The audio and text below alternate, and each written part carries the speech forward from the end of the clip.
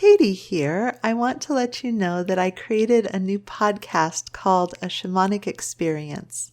It's for those who feel the medicine of the place, standing stones, hot springs, glaciers, deserts, rivers, and want guidance on how to connect with the spirit of the land. I'll share stories from my travels, energetic practices, and practical tips. It would mean a lot if you would support the launch by subscribing, downloading an episode, and if you like it as much as I hope you will, leaving a quick 5-star review. I'll play the complete introductory episode here so you can sample it without leaving the feed. And don't worry, I'm still 100% committed to my main practical shamanism podcast. This is just a side project I've been dreaming on for about 15 years. So I'm very excited to launch and would be so grateful for your help and support with that.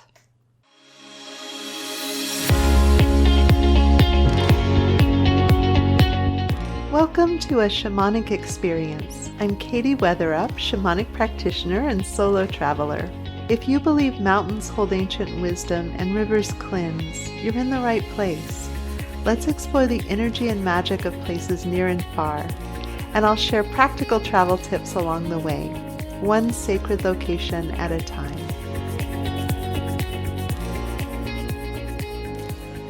One of my most persistent back burner passion projects has been sharing about sacred travel.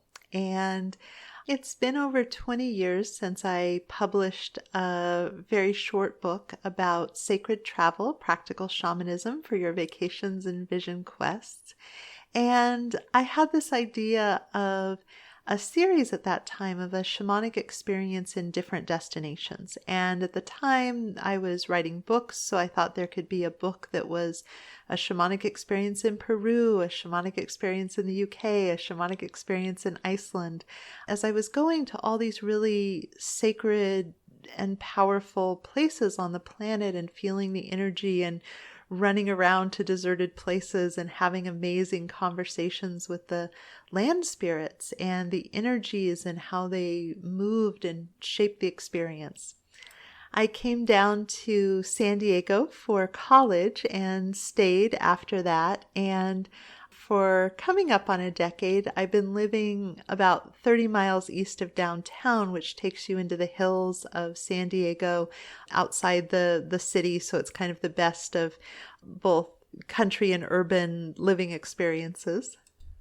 But my reasons for San Diego working really well for me as a place to live have a lot of things to do with the community, the people that I'm connected to, and the convenience of the weather and the ease of life, the whole network of things that I've established. And I regularly think about where I might live if I didn't live here and haven't really come up with an answer. But the reasons for San Diego don't have to do with being completely in love with the energy here. And I know people who are. I know people for whom the ley lines and the energetics are just so nourishing and so the perfect, most optimal thing. But for me, it's a pleasant relationship. I can get my roots into the ground. I feel supported and nourished. I get along with the land guardians well. But there isn't this epic love affair with the energy like I have in some of the places I travel. But let's face it, the middle of Death Valley is not a good place to try to live day in and day out. For one thing, there's no solid internet connection, so it would be very, very difficult to do my work. And the temperature extremes are really quite something. So I live in a place that's very beautiful and very conducive and very aligned. I tell people that the home that I have now is the best Katie habitat that I've ever lived in. And it's a sweet little house, and I have my hot tub and really beautiful views out of very large windows and a fairly short drive to Trader Joe's or the grocery store. So there's a lot to be said for this, but at the same time, there's this profound, passionate, deep love of travel. And I've been exploring for over 20 years what it would look like to share some of what that experience is for me. I absolutely adore the YouTube vloggers who travel and record video as they go and tell the story of their travels, but I found as a medium I don't get along with video very well. So when it comes to my podcast, when I'm describing a shamanic experience somewhere, feel free to create your own multimedia experience. You could pull up a YouTube video with beautiful drone footage of somewhere that I'm traveling and just play it on mute while I blather on about where I am, or pull up image searches in Google that will show you some of these really magnificent places, because I think that they're really wonderful to see. And depending on how far I get and how much engagement there is, I may create a separate website from my practice to show some of the beautiful images and pictures. So stay tuned. I'll have in the show notes updates about, how you could get lists of tips like Airbnbs I love, or places that I went to specifically. It's nicer to write things down than to mispronounce names that I've only read, or to see some of my particular travel photos. I'm studying a little bit of iPhone photography with the goal of achieving mediocrity, not exceptional photography skills. I just don't have the passion or the interest for that. But, if most of my pictures are kind of well framed and I haven't put my finger over the lens, we'll call it good.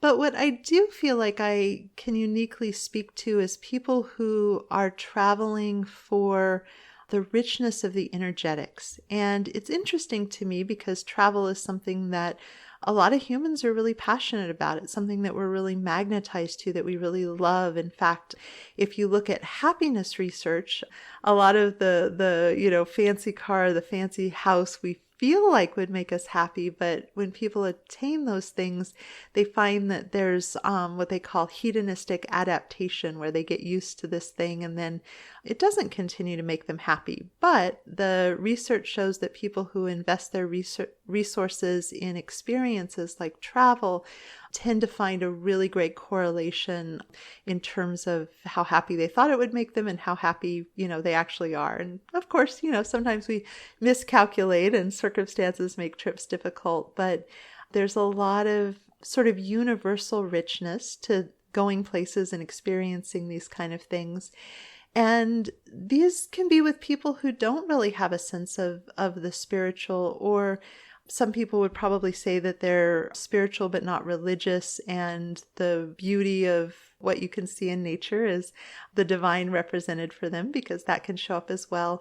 But for me, there's a really specific ability to sense energy. So I could be looking at an absolutely gorgeous vista and then close my eyes because I don't want to be distracted by the beautiful thing after I've stared at it for a while, from the energetics. And this affinity for being able to feel the energy as an additional sense. So when we start talking about psychic ability, there's a lot of complexity about what's projection and how reliable that sense is and those kind of things. But for me, it's as vivid and sometimes more vivid a sense than what I'm seeing and hearing and smelling.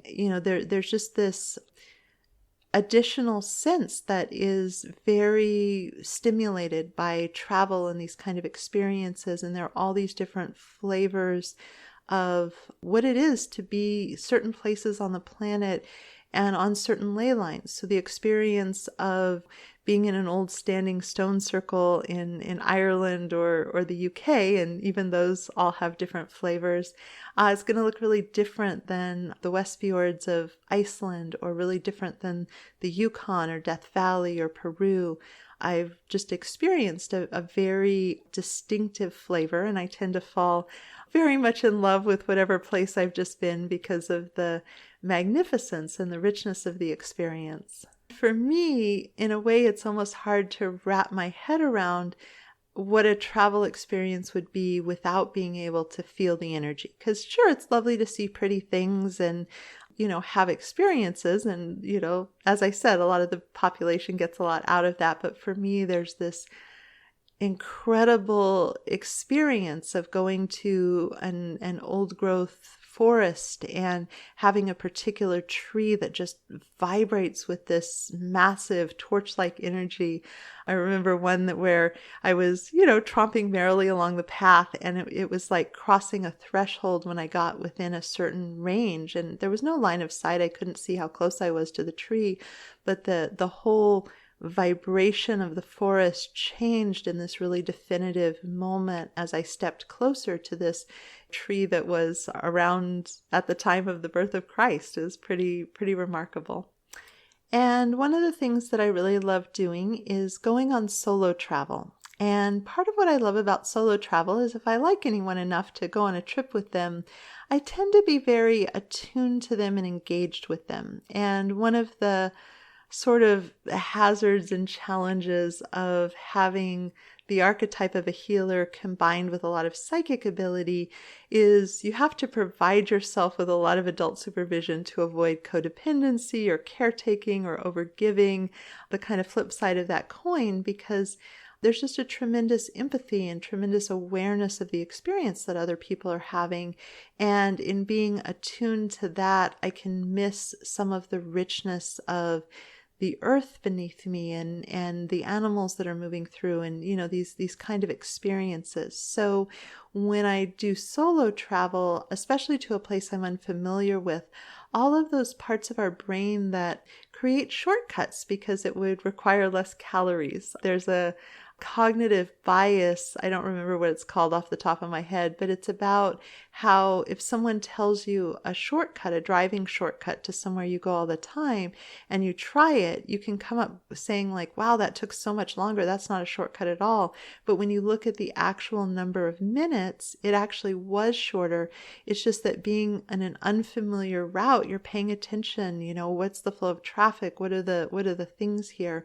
As humans, part of our brain is always scanning for threats and opportunities. But when we're really familiar with places, our brains can go into the habitual and the power saver mode. So for me, there's a really vibrant awakeness of moving about the world where I don't know what the roads are and the restaurants and the, experiences. And I really like the aliveness that comes with that. I think it's a really neat state of being. And when I travel somewhere, I just tend to end up with places that have some really deep energetic medicine and magic for me. And I don't necessarily keep current with this concept of a mesa. So these are like these medicine bundles where people will gather stones from different power places. And when I was younger, it tended to be very important to me to bring a stone back or multiple stones from anywhere that I traveled. As I've gotten older, I feel like I don't need that to tap in, but there's this energetic relationship to the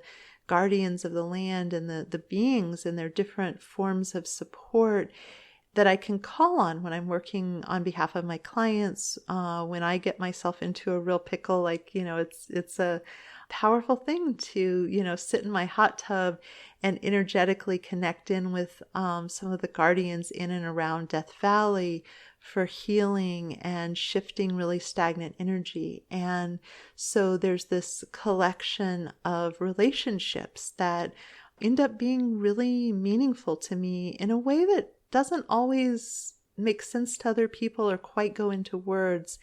And so I've just had this idea of creating something where I had a chance to share some of the richness of those experiences as I go through them. So the vision for the series has always been to call it a shamanic experience in, and the in place changes based on where I traveled. It could be Peru, it could be the Yukon, as I said, Hawaii, all of these wonderful places that I've been. But I just want to break that down a little bit because I think the a shamanic experience part of it is really important because it's only an experience. If you talk to the First Nations or the Indigenous people, they're going to have a really rich and different vision of the magic and medicine and power and rhythms that the land holds. And likewise, if you talk to another shamanic practitioner who went to the same land and had some kind of really rich experience, they're going to probably report different things. One of the tricks I really like is being able to attune and drop in at the layer that is right for the experience. And there are many, many, many layers with land. And years ago when I went to Ireland, someone was talking about like, oh, I had such a hard time because of all the violence and the potato famine and the oppression and the conflict. And my experience of bebopping around Ireland was really magical, with the sun and the clouds and the rainbows and these sacred wells and these places of power and these old trees. And, there's just so much richness. Incidentally, I don't much care for castles that have roofs on them. They did not feel like happy places. So if I'm going to go hang at a castle, I'm going to be a lot more happy with the energy if it's a castle that doesn't have a roof on, if it's a ruin that's been open to the elements. But what was interesting to me about this was I really worked with the guides knowing that I didn't want to go spend my precious 10 days in Ireland trying to work with the complexities of hundreds of years of oppression and suffering and conflict. So I just dropped into the layer of the ley lines of the land and the fairy magic and this, really wonderful, potent, beautiful magic of the land, and just the beauty of the scenery, the contemporary fields that are an astonishing shade of green, and those kind of experiences. And so I think it's worth noting that when you travel, there are many, many layers, and these layers are going to have different flavors and experiences. And it's nice to be sort of conscious about the one that you want to hang with. That being said, one of the things I adore about going to Iceland is it's one of the few places on the planet that doesn't have a narrative of the indigenous people being displaced for colonizers or new settlers to come in. They did have colonial times that were really hard, but there's a continuity of, as far as we know, once people settled, they tended to have this through line of experience that they had. And I think that's definitely a cool thing when you don't have to kind of navigate these layers of complexity. I like places that feel really clean and spacious. And it's also really nice if I can have a place where there aren't a lot of humans, because humans are really loud. I do a lot of tracking what humans are up to and what their experience is, in the nature of my shamanic healing practice. So when I have that blissfulness of getting to be attentive to other layers and other rhythms, there's a real joy and bliss in that. So long way around of saying that I'm really attuned to this idea that what I'm sharing when I talk about a shamanic experience somewhere is just a shamanic experience, one of many that someone could completely have a different flavor or experience or really not get a lot out of something. I visited Rosslyn Chapel in the UK. I think I'm saying that right. It was out of the Dan Brown book made it very, very popular. And it was a really interesting place with some really wacky energy and all these little nature faces carved in. And I could tell that this was a really potent place of power. There were some really powerful ley lines, and they just weren't my flavor. They weren't bad. There was nothing negative about the energy. There was nothing, unpleasant. I think lots of people have gone there and just been, blown away by, the deliciousness from their point of view. And for me, I was like, well, I recognize the power. There's nothing bad about it. It just doesn't have anything to offer. We're not going to be friends. This is not going to be a place that I journey to for help or healing for myself or my clients. Whereas, I get somewhere in Glastonbury, and those ley lines are ones that I have huge affinity for. They're very nourishing. They're very powerful. So just want to leave it open for the difference in experiences, and and stay tuned, pay attention to the notes and such, because I'll update as I go.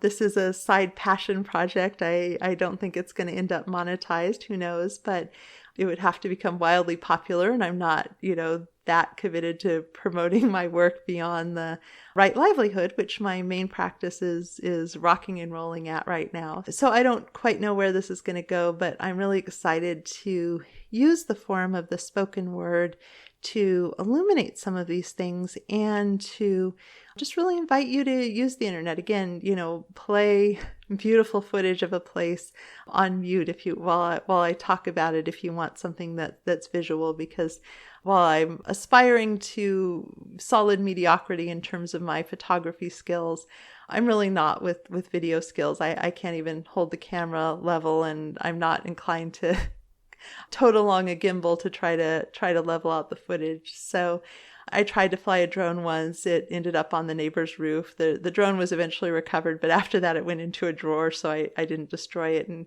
so knowing this about myself, I'm going to invite you to enjoy other people's efforts. And I hope that there's something that inspires or illuminates or helps you to tune into something that might be really subtle in your experience, or get a feel for what I look for. Because when we travel, there's so many different choices of, this road or that road, or left or right, or what we can get up to, how much time we spend and where we go, and all of those kind of things. So I hope that I can illuminate something that allows you to have a richer, deeper experience of travel, or just have a vicarious experience and sort of tap into the energy in a deeper way with somewhere that either you're not that called to or isn't attainable to go. And again, I love those people who do the YouTube travel channels. I think it's such a neat thing that they're creating. And sometimes I get really inspired, like, oh, I really want to go to that place. And other times I'm like, I do not ever want to go to that place. That the what you would have to work with to make that trip happen just doesn't really speak to me, doesn't appeal. So I totally want to follow along with you while you have this experience, because it's really interesting to witness. So for places that you do want to go and places that you don't want to go, I hope that I'm able to offer some value for you and help you to deepen in with a sacred connection to the land. Thank you so much for joining me. To learn more about me and my work, please visit my website at handsoverheart.com. There you can join my mailing list for access to free bonus content in the members-only area. If you've enjoyed this, please consider subscribing and leaving a review. It would help me out a lot. If you'd like to receive personal shamanic support from me and my team of guides, please consider joining my Patreon community. You'll find the link below. And again, thank you so much for listening. This is Katie Weatherup, wishing you wholeness and happiness.